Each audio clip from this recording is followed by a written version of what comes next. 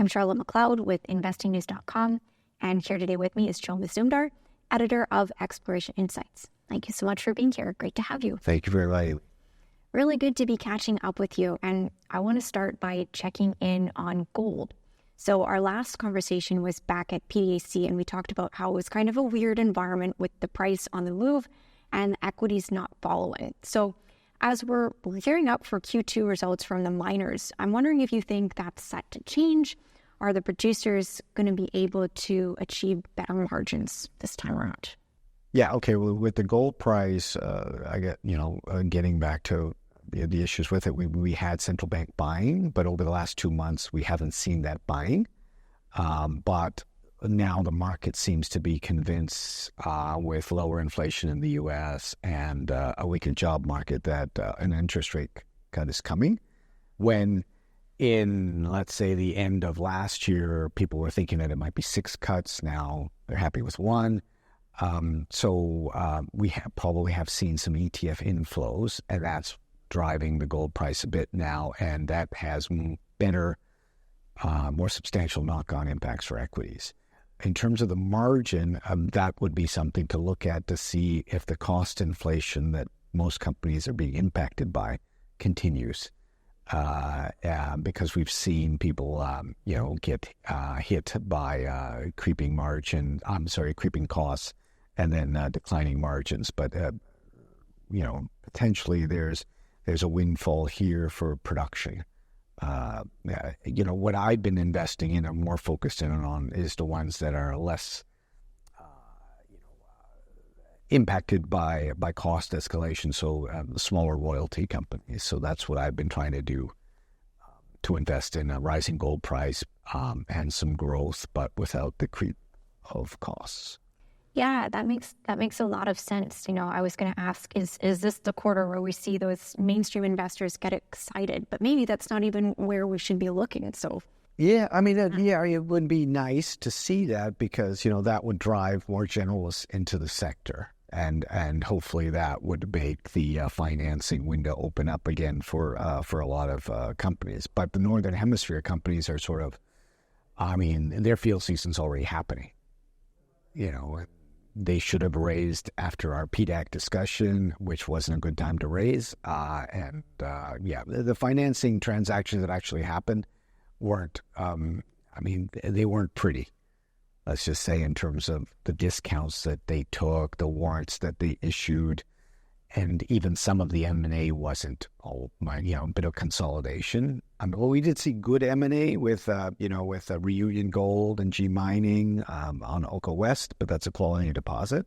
So yes, quality deposits will still get acquired in this environment at a premium. Okay, so kind of waiting to see on those gold producers. Maybe you can say more about the royalty angle, because I don't think we've really talked about that as your area of focus before.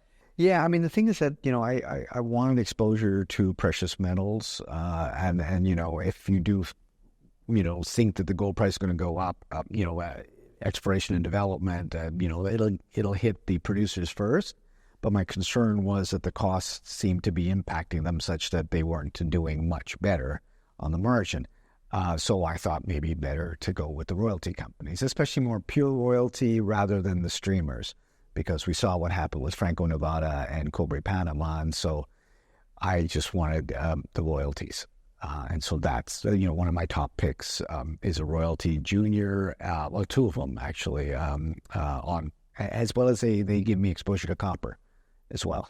So yeah, interesting, because usually you hear about the royalty and streaming companies as very low risk, right? But as you mentioned, Cobre Panama shows you that might not always quite be the case. So if you really want less risk, you should look at the royalties. Yeah, royalty is better. Streaming is a bigger transaction, but it allows the royalty companies to put a big, solid, long mine life in, because most mining, so they're competing against the miners and the ETFs. They could beat the ETFs by saying we offer dividends, but we have no cost creep, because we're a royalty or stream.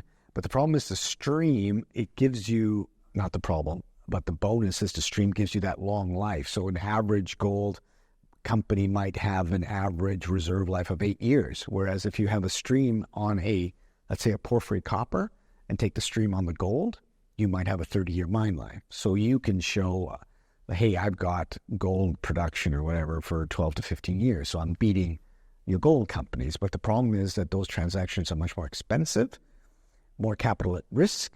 You require a lot more due diligence, and it puts their revenue at risk, more so than having a whole bunch of 1 or 2% NSRs on a bunch of projects. And that's, the issue with Cobre Panama. And that was a big impact because in terms of acquisition, that was a big acquisition for Franco-Nevada, which is a big company. Okay, really interesting. I haven't heard quite that granular of a look at it before. So good for investors to know. And all right, so we've got some good ideas on what we could do with gold. What about silver? So of course, since we last spoke, silver has gotten above $30 per ounce. Are you looking at opportunities in silver? Absolutely. And so usually I don't get much into silver, and sometimes it's a byproduct of a gold project. But now, if you put silver in your name at this point, you will get, more retail interest. Absolutely. And so, one of my trips to Argentina recently was to Salta to visit a project called Diablijo's, operated by Abra Silver, in probably one of the better provinces of Argentina. And also, they put out a PFS on that project, which is gold, silver, and then it transitions to silver gold. Is that the federal government has made it better for foreign direct investment in the resource sector by lowering the corporate tax rate, 35 to 25, eliminating duties on export on metals after 2 years, which are significant for precious, and then, as importantly, allowing for the repatriation of funds, which allows companies to actually get debt from outside sources. So that's all been positive for Argentina, but still you got to be in the better provinces with the socialized and operate, and Salta is one of the better ones. Okay. Good to take a look at silver. And of course, we also usually check in on copper. And it's another one that has been on the move since we last talked, although I know it's come back down since the real high point. So what were the dynamics there that were leading to that price increase? Oh, yeah. Some of it is back to Cobre Panama, and Cobre Panama have been taking out production from the market. The treatment charges and refining charges, at one point went negative, 0 to negative, saying that the smelters, there wasn't enough concentrate, and to get that concentrate, they were offering the miners like no costs to give me your smelter because I'm going to get you concentrate because I got to keep the smelter running. And so that probably had a near-term impact on the price. But then there's always on the other side, do we have a slowdown in the global economy? But for me, in terms of the near to medium term and long, the copper has got that supply issue. So we're getting declining production from major producers like Codelco. Expansions are costing more money than people planned, and people are reluctant to develop projects until the incentive price is stabilized over well over $450. And so, so we're that production shortfall that some people had predicted might be coming in 3 to 5 years is now coming much closer. Yeah, I think when we talk about copper, I'm so used to hearing that this is a long-term story. Okay, maybe not for right now, it's for later. And so when I saw the price start moving, I was like, oh my goodness, what's going on here? But still some time for people to get into copper opportunities if they would like to. Absolutely. But now we have to think that because from, let's say, discovery to production for copper takes about 18 years. So for us to make that gap, we have to know that project exists. And what's happened over the last 20 or 30 years is these production timelines from discovery to absolute commercial production have been expanded from 10 to 15 years. Now we're talking 15 to 20 years.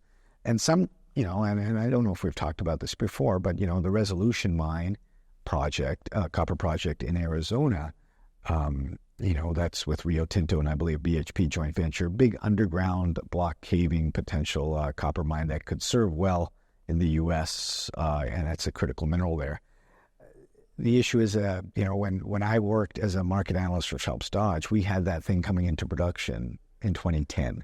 When I worked there in 2003, it is 2024, and that project is still obviously not in production.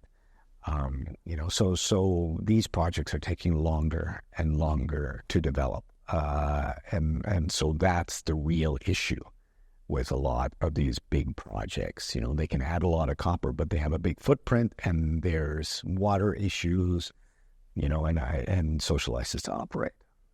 Right, and maybe on that note of the timeline and the difficulty of getting into production, we had Nevada Copper, which was producing or thereabouts and suddenly bankrupt. So any thoughts you would share there? Because that, I don't know, that if it's a cautionary tale or... Oh, absolutely. Yeah. I mean, it's not like copper is lifting all boats. And so there's some companies that have marginal assets, will be impacted more significantly by cost creep. And so you're putting projects into production that are sort of marginal, that need that price. If they don't get that price early, they're not being able to pay back their debt. They're not making any money. And they might have, I don't know the particulars of that project, but they might have put in some financings that, made them realize less revenue as well. So that might have been an issue. I don't know it in detail, but it is, a cautionary tale. I mean, similar to Victoria, in terms of being a cautionary tale that this project is marginal, has a lot of leverage to gold, but then we have a heap leach disaster that pushes their share price down 80 to 90%. Yeah, I think that's a good one to go into right now, that incident at the Eagle Mine up in Yukon. I think, I definitely was going to check in there with you because Yukon is very open to having people come up and visit, show people around. And it seems like with Victoria Gold, there was a lot of surprise, like, oh my goodness. So any other takeaways on that you would share? Yeah, I mean, the thing is that, we had the Minto mine up there, which was Capstone, that they shut down, and then another company came up and bought it. They tried to get it into production. They didn't make enough money, and then they started making, a new footprint environmental impact on that project that required more of a reclamation bond, and that requirement basically shut that project down. So you have that happened last year. Then you have this company, Victoria Gold, that's been operating the Eagle Mine, I think for about 2.5 years, and employing about 500 people locally. So it's a big win for the Yukon Territory in terms of, and this is, one person you hire, they have knock-on impacts to, indirect impacts on the entire economy, because, the Yukon's not a very big territory. But then you have this heap leach slide that's basically shut down the mine, suspended it. People were worried about a cyanide spill that I think now has been resolved. But now they are in default of their debt. So basically that company is in suspended animation. And so is the project, and those 500 people are now out of work. And now those First Nation groups that were happy with building the mine are now taking a step back saying, do we want these projects? So the implications now is it going to be harder to permit in the Yukon or BC or anywhere. And our heap leaches, especially the ones that have multi-stage crushing, that you're putting finer material on the heap leach pad, are they going to be more problematic to permit? And do they require more bonding? So when you are thinking about your upfront capital, how much more do you have to allocate to a reclamation bond? That's going to be probably the issues going forward. Yeah, I think definitely we could see some interesting knock-on effects from that. And another question, just following up on that, what should investors take away from this? Because we're always told, you should do your due diligence. Going to the site is a great way to do your due diligence. But I guess, are there are limitations, right? I guess one thing I keep hearing when it comes to those couple of companies is just that mining is hard, right? So yeah, but I mean, you take more risks when you have some infrastructural challenges. The Yukon is still infrastructure challenged, even though that was on grid power.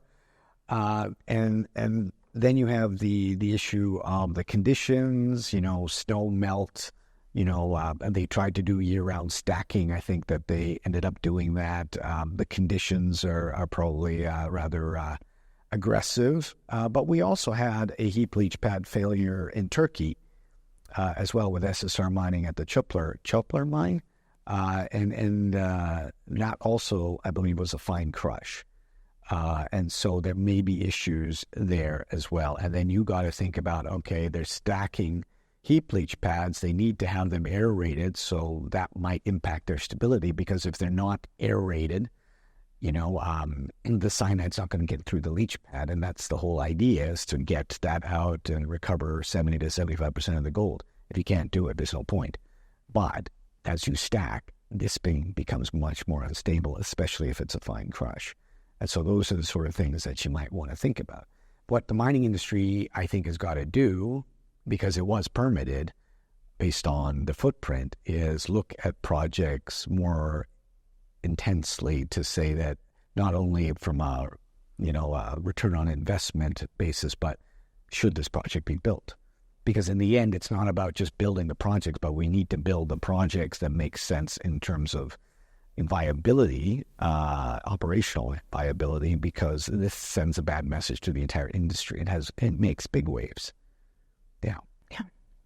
Maybe on a more positive note, I know you're always, no, and we don't always have to be positive, but perhaps maybe more on a positive note, you're always traveling around, and I think you've been to numerous different places just since March when we last spoke. So if you wanted to share any highlights from your travels. Yeah, I mean, I've been down to South America a couple of times now since we last talked, and one standout was getting into Argentina. I've been doing some work with the local government down there that's trying to promote mining as opposed to dissuade it, which is what they used to do back in the 90s when I worked there, because they don't have the tax base, and so now we're seeing industry down there trying to attract mining to a specific region down there in southern Mendoza. And what's interesting to me, or innovative, is that they've just basically done the social license to operate in this one area where they've polygoned out this area, saying it's got water, we've already done the social license to operate, so here's the projects. And so the idea is to attract people down there, and they don't have to build up community relations, and that they already exist, and they're positive, and they want you there. So you don't have to spend another year trying to build that up. It exists. And they've already done a lot of the environmental work for you. So you just have to come in. And I think if a country, province, state is interested in bringing in foreign direct investment and exploration, that's a big bonus if you can, do that for the company in advance.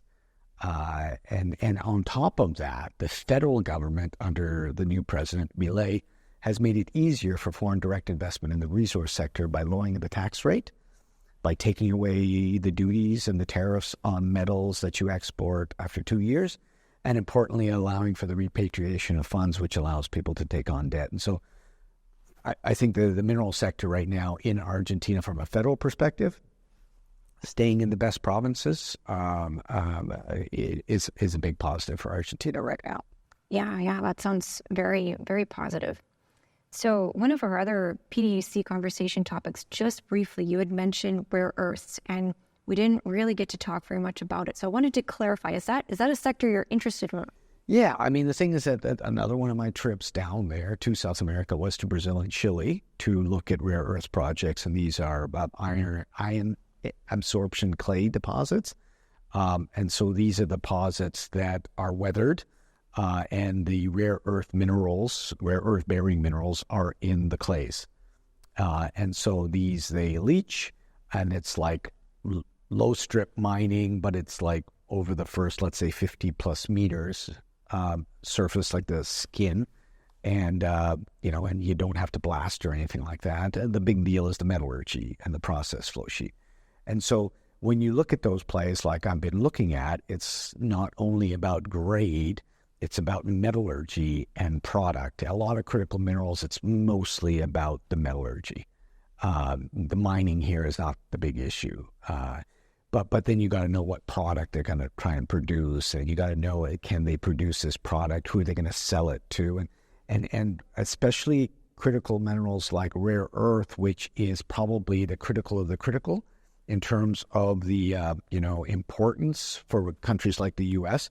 That one is the most critical, and importantly, it's the heavy rare earth elements that are even more critical. So that's what they call dysprosium and terbium.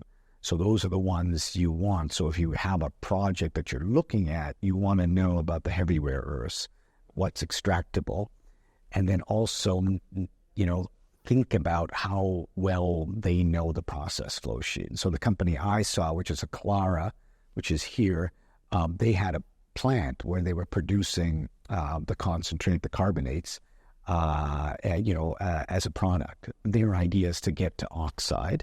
And now they've just done a deal with a company that could convert it potentially to metal. And the whole idea is China's not giving anybody those rare earths anymore. Okay, really interesting. I think that gives people some direction on rare earths because it can be very complicated. It is, yeah. And I've sort of avoided it because it's been complicated, but I don't know, I tend to like complicated things, so it was... Yeah, and it's my second time just this morning in the last 2 hours maybe hearing about rare earths in Brazil. So for anyone who's watching at home, definitely sounds like an area to look into. Yeah. And the thing is that, there are rare earth projects, and, the issue is that they're not that rare. The problem is trying to get a project that actually makes sense from the metallurgical perspective. And that's the rare part. Okay, so critical, but not rare. Yeah, but I mean, once because of what China is doing, it makes these heavy rare earths almost super critical. You could do hard rock, but the ionic absorption clay deposits tend to have more of a concentration of heavy rare earths than the hard rock ones. Okay, that is very helpful. So you followed me down a whole lot of paths today. No, that was really good. We've done gold, silver, copper, rare earths. I'll let you go, but before I do, are there any final thoughts or areas of interest that you would leave investors with? In terms of the problem still is that even though we're seeing movements, especially with precious metals going up for different reasons, the financing market for a lot of these companies is not great. And so that's still something to watch. Working capital, catalysts, and jurisdiction. Because, as we say, well, hey, you love silver, let's say, but, one of the biggest producers of silver is Mexico. But Mexico is not great for exploration right now. And that's potentially a good thing for silver because the future of silver is more, in terms of production, is more at risk now. So then where do you go? And so that hence one reason I went to Argentina. But I think Peru is picking up as well. So when you're looking at whatever metal you want to expose from a macro point down, jurisdiction is getting more and more important in terms of where the company is. Okay, I think that's a great place to wrap up. Thank you so much for coming on to talk. All right, thank you very much. Very good. Once again, I'm Charlotte McLeod with investingnews.com, and this is Joe Mazumdar. Thank you for watching. If you like this video, make sure you hit the like button and subscribe to our channel. We'd also love to hear your thoughts, so leave us a comment below.